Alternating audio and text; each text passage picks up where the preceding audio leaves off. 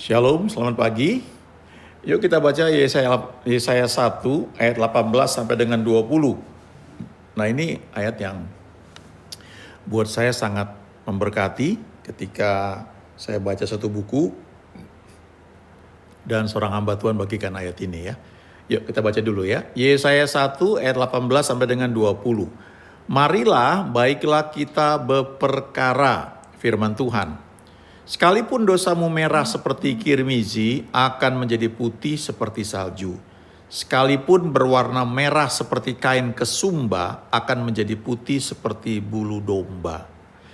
Jika kamu menurut dan mau mendengar, maka kamu akan memakan hasil baik dari negeri itu. Tetapi jika kamu melawan dan memberontak, maka kamu akan dimakan oleh pedang. Sungguh Tuhanlah yang mengucapkannya. Nah, kalau kita baca ayat ini dalam konteks perjanjian baru, kita yang sudah percaya Tuhan Yesus, kita menjadi ciptaan baru, roh kita itu roh yang penurut, bahkan dikatakan tidak bisa berbuat dosa, ya. Kita dibenarkan, lalu dikatakan di sini, ya, baiklah kita berperkara. Ayo, ya, kita lihat ini, ya, kita saling berargumentasi di pengadilan, kira-kira kayak begitu. Lalu dikatakan begini, sekalipun dosamu merah seperti kirmizi, akan menjadi putih seperti salju. Sekalipun berwarna merah seperti kain kesumba, ya, kain kotor, ya, yang dipakai untuk membersihkan ini, ya, wanita yang pendarahan, akan menjadi putih seperti bulu domba. Nah ini ketika seseorang dibenarkan, ya, dosanya itu merah seperti kirmisi, ya, seperti kain kesumba, jijik, ya, menjijikkan sekali, tapi menjadi putih seperti salju, ya. Nah ini firman Tuhan yang mengatakan kita yang terima Yesus di perjanjian baru ini kita seperti itu, ya. Tapi hidup kita nggak berhenti di situ. Ayat 19 berkata, jika kamu menurut dan mau mendengar, maka kamu akan memakan hasil baik dari negeri itu. Jadi setelah kita terima Tuhan Yesus, kita dibenarkan, dosa-dosa kita sudah diampuni, yang tadinya seperti kirmisi, ya, berwarna merah seperti kain kesumba, tapi sudah menjadi putih seperti salju. Hidup kita nggak berhenti di situ, kita perlu hidup dalam tuntunan Tuhan, kita perlu menurut dan mau mendengar. Ya, bahasa Inggrisnya bilang ini, if you obey and willing, if you're willing and obey, ya. Jadi maksudnya begini, kamu rela dan taat, ya. Kadang-kadang kan kita suka bilang yang penting taat, ya. Yang penting obey. Tapi bisa terjadi kita taat itu cuma di perbuatan, tapi hati kita itu nggak taat. Hati kita itu merontak, ngedumel, ya, tidak menundukkan diri, nggak rela, nggak willing. Itu yang terjadi pada orang Israel ketika mereka, ayo kita keluar dari Mesir, ya. Mereka dengan semangat keluar awalnya, ya. Kemudian mereka jalan, udah Laut Merah terbelah, mereka alami mujizat. Tapi sepanjang perjalanan ketika nggak dapat air, mereka bersungut-sungut, mereka bilang, aduh mestinya kita nggak usah keluar dari Mesir, enak di sana, semuanya disediakan, ya. Nah, tindakan mereka taat, mungkin karena saat itu nggak ada pilihan, ya, karena semuanya pada mau keluar dari Mesir, tapi hati mereka itu tidak willing, tidak rela. Nah Tuhan bilang di Yesaya 1 ayat 19 ini, kalau kamu willing, ya, dan obey, kalau kamu menurut dan mau mendengar, kamu akan memakan hasil baik dari negeri itu. Kamu akan menikmati the best of the land. Itu terjemahan bahasa Inggrisnya seperti itu, ya. Salah satunya mengatakan demikian. You will eat the best of the land. Yang terbaik. Saya pertama kali tahu ayat ini ketika ada seorang hamba Tuhan yang Tuhan pakai, pelayanannya internasional. Dia sudah bersama Tuhan, ya. Dia hidup cukup lama, ya, 86 tahun lebih, ya. Masuk di usia 87, ya, dia di puncak pelayanannya dan dia pulang ke surga, ya, tanpa sakit, ya. Orang bilang kena serangan stroke atau apa, ya, tapi habis makan pagi, habis itu dia nengok, lihat istrinya, dia senyum. Lalu kemudian dia tidak sadar, dibawa ke rumah sakit, ya, rohnya sudah bersama Tuhan saya kira, ya. 5 hari kalau nggak salah di ICU dan akhirnya dinyatakan meninggal ya. Nah dia bagikan ayat ini, nah, pelayanannya luar biasa sampai sekarang jadi berkat bagi banyak orang. Dia cerita ketika dia itu menggembalakan satu gereja, dia sudah nikmati semuanya. Dia praktekkan apa yang Tuhan ajarkan buat dia, ya, bagaimana dia menggembalakan jemaat dengan baik sekali. Bahkan dikatakan waktu dia melayani selama 12 tahun jadi gembala di gereja itu, tidak satu pun jemaatnya meninggal karena sakit, nggak pernah ada. Kalau ada yang sakit dia doain sembuh. Atau kalau nggak sembuh dia konseling, dia ajak doa sampai semuanya beres, akar permasalahan beres, dan orang itu selalu sembuh ya. Semua jemaatnya. Ya, ada yang butuh waktu dalam waktu singkat ya, beberapa jam atau instan sembuh, ada yang butuh beberapa hari, ada yang beberapa minggu dan pernah 1 kali sampai 4 tahun baru sembuh. Tapi selalu sembuh. Jadi dia bilang selama saya jadi pendeta, jadi gembala, saya tidak pernah melayani pemakaman dari anggota jemaat saya yang meninggal karena sakit. Gak pernah. Tentu selama 12 tahun. Lalu Tuhan perintahkan dia untuk keluar dari gereja tersebut dan menjadi seorang pengajar ya, keliling. Bukan penginjil tapi pengajar. Dan pada masa itu gak populer ya jadi pengajar. Kalau jadi penginjil ya populer. Penginjil mereka buat KKR di lapangan terbuka atau di tenda-tenda ya. Atau jadi gembala, pilihannya cuma itu. Nah dia jadi pengajar itu bukan hal yang mudah. Jadi waktu dia melangkah keluar, terus dia melihat kok berkat makin turun ya. Tadinya kalau setiap Natal itu selalu ya dia menikmati berkat ya. Jemaat merasa sangat diberkati sehingga mereka bawa semua yang dia butuhkan. Belum lagi dia ada penghasilan tetap dan sebagainya dan sebagainya. Dia bilang, Tuhan kenapa saya ngikut engkau tinggalkan pelayanan penggembalaan, saya pelayanan ke lapangan, keliling sebagai pengajar, kok saya gak menikmati berkat Tuhan. Dan ketika dia doa, dia puasa, Tuhan kasih ayat ini. Ya, Yesaya 1 ayat 19. Kamu memang obey, kamu memang taat, ikuti perintahku, tapi kamu gak willing. Kamu gak rela. Hatimu masih teringat ya ketika kamu jadi gembala, semuanya disediakan. Dan ketika dia sadar itu dia bilang, langsung saat itu jika saya putuskan saya bertobat. Oke Tuhan, saya mau rela, saya mau willing melakukan perintah yang kau berikan kepada saya. Dan kemudian dia menikmati favor selanjutnya ya, pelayanannya berkembang. Dia mengalami banyak hal sehingga apa yang Tuhan janjikan itu terjadi dalam hidup dia. Tapi poinnya adalah itu, ternyata tidak cukup kita hanya obey. Obey itu tindakan yang di luar yang kita lakukan. Tapi apakah hati kita willing? Kita rela enggak? Kita lakukan dengan sukacita enggak? Ya. Kalau kita pelayanan misalnya begini ya. Kadang-kadang kan terjadi ya. Dalam pelayanan itu mungkin bukan tugas kita jadi main musik. Tapi tiba-tiba ada yang enggak bisa datang. Ya kita ditunjuk untuk menggantikan. Nah itu peran hati kita sangat penting. Ya. Sejujurnya kalau saya lagi tahap pelayanan ya, dalam tahap tertentu saya tuh bisa tahu ya, yang main musik ini hatinya bener nggak gitu ya. Kadang-kadang orang berjumpa dengan orang-orang yang skillnya jago, tapi aduh ya susah dibilangnya. Entah meremehkan, entah karena cuma merasa ditugaskan. Jadi nggak ada bondingnya itu ya. Kalau saya belajar dulu ketika saya main musik ya, keliling, skill saya sangat terbatas ya. Tapi saya belajar mendukung worship leader yang bertugas. Saya tidak mendikte worship leader itu.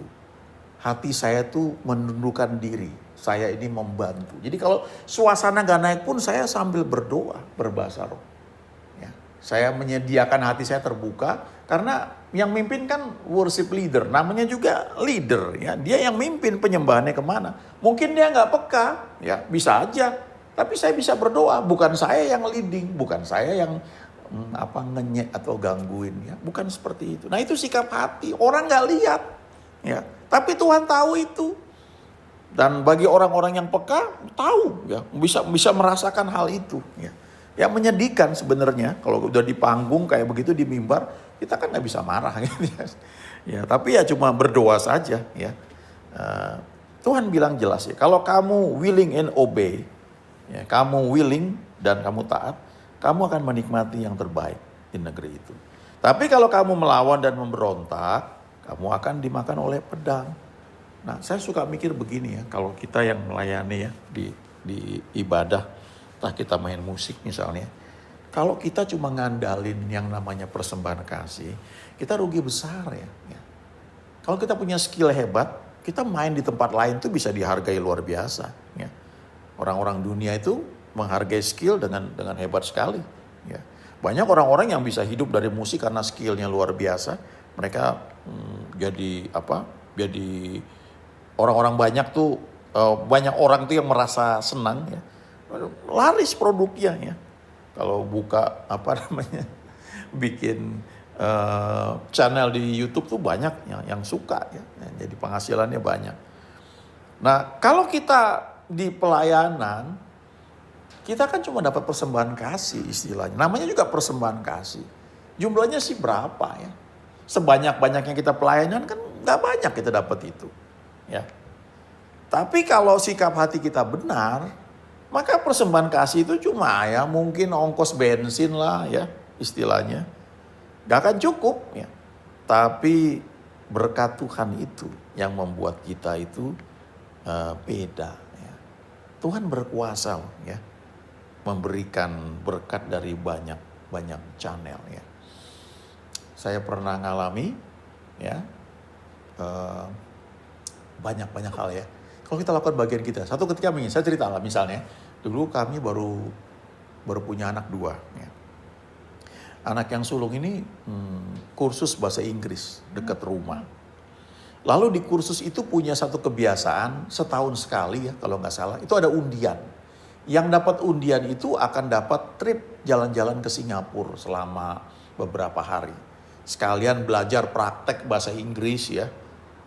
Naik MRT di sana dan banyak hal. Nah tiba-tiba anak saya yang baru les beberapa bulan dapat undian itu. Ya. Itu kan satu bentuk kayak iklan juga, namanya dipajang di spanduk ya, akan jalan-jalan ke Singapura. Wow, nah waktu itu istri saya belum punya paspor. Ya anak saya masih kecil, masih SD ya perlu ditemani, jadi istri saya perlu buat paspor ya. Nah untuk itu perlu bayar lagi ya, tambahan untuk mendampingi anak saya. Nah pilihan lainnya adalah ya itu hak undiannya itu dijual ke orang lain. Tapi dihargai cuma setengahnya ya. Dan menurut saya itu favor dari Tuhan ya. Jadi istri saya buat paspor untuk menemani anak saya itu ke Singapura. Nah di sisi lain ada anak lain, anak-anak yang les di situ. Orang tuanya tuh bayar les sekaligus berapa bulan ke depan supaya dapat nomor undian lebih banyak. Dengan harapan hasil undian tuh namanya keluar, nama anaknya keluar dan bisa jalan-jalan ke Singapura ya. Ternyata nggak dapet ya. Nah itu menurut saya salah satu yang Tuhan berikan. Saya pelayanan di tempat lain gak ada hubungan sama kursus bahasa Inggris, tiba-tiba dapat undian. Gratis ya buat anak saya jalan-jalan. Nah di kesempatan lain ada lagi favor dalam bentuk yang gak pernah kita pikirkan ya. Saya pernah dapat mobil, orang kasih.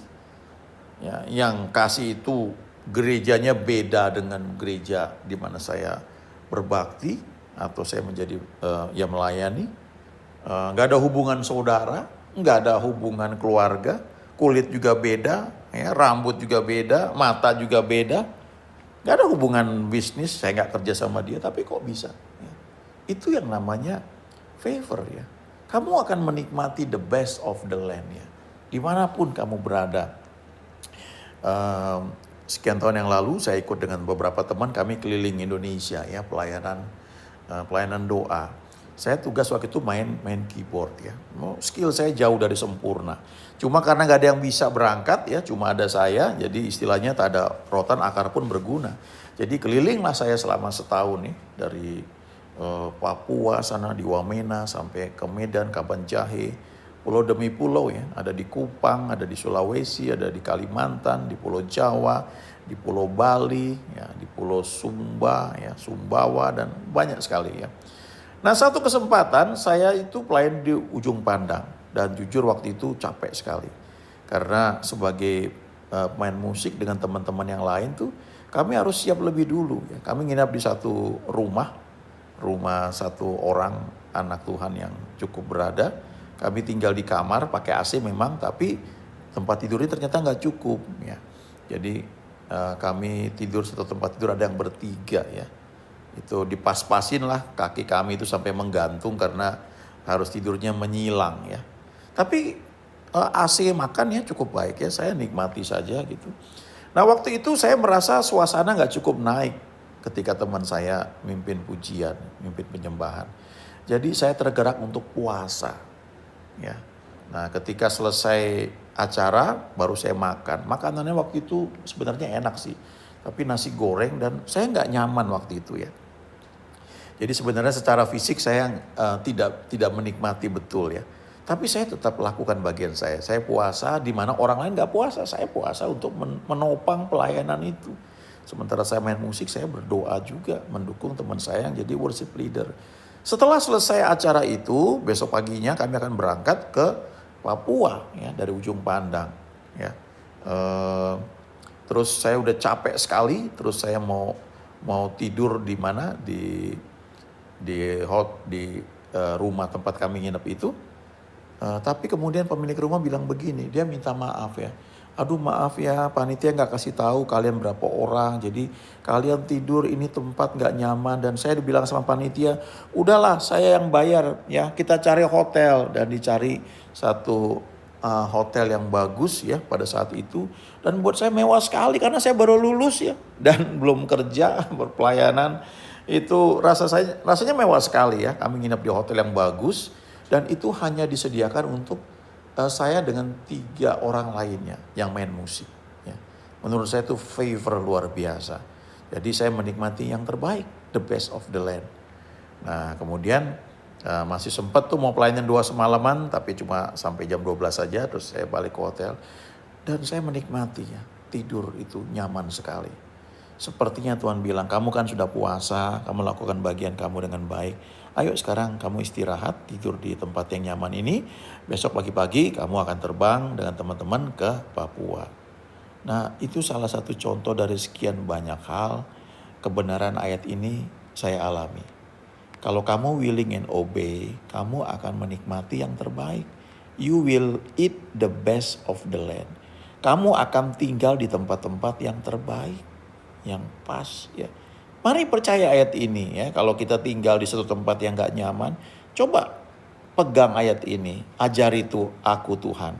Aku mesti di mana, mesti lakukan apa, dan bahwa aku memiliki hati yang rela ya. Itu doa Daud juga ya ketika dia jatuh dalam dosa dengan Batseba ya, dia minta ampun di Mazmur 51. Dia bilang, lengkapi aku dengan roh yang rela ya. Itu doa dia ya, karena dia tahu kalau ada roh yang rela, willing spirit, dia akan menikmati the best of the land. Coba percaya ayat ini, renungkan ya. Yesaya 1 ayat 19. Jika kamu menurut dan mau mendengar, if you willing and obey, you will eat the best of the land. Ingat Tuhan kita adalah Tuhan yang baik. Ya, God is good all the time. Amin.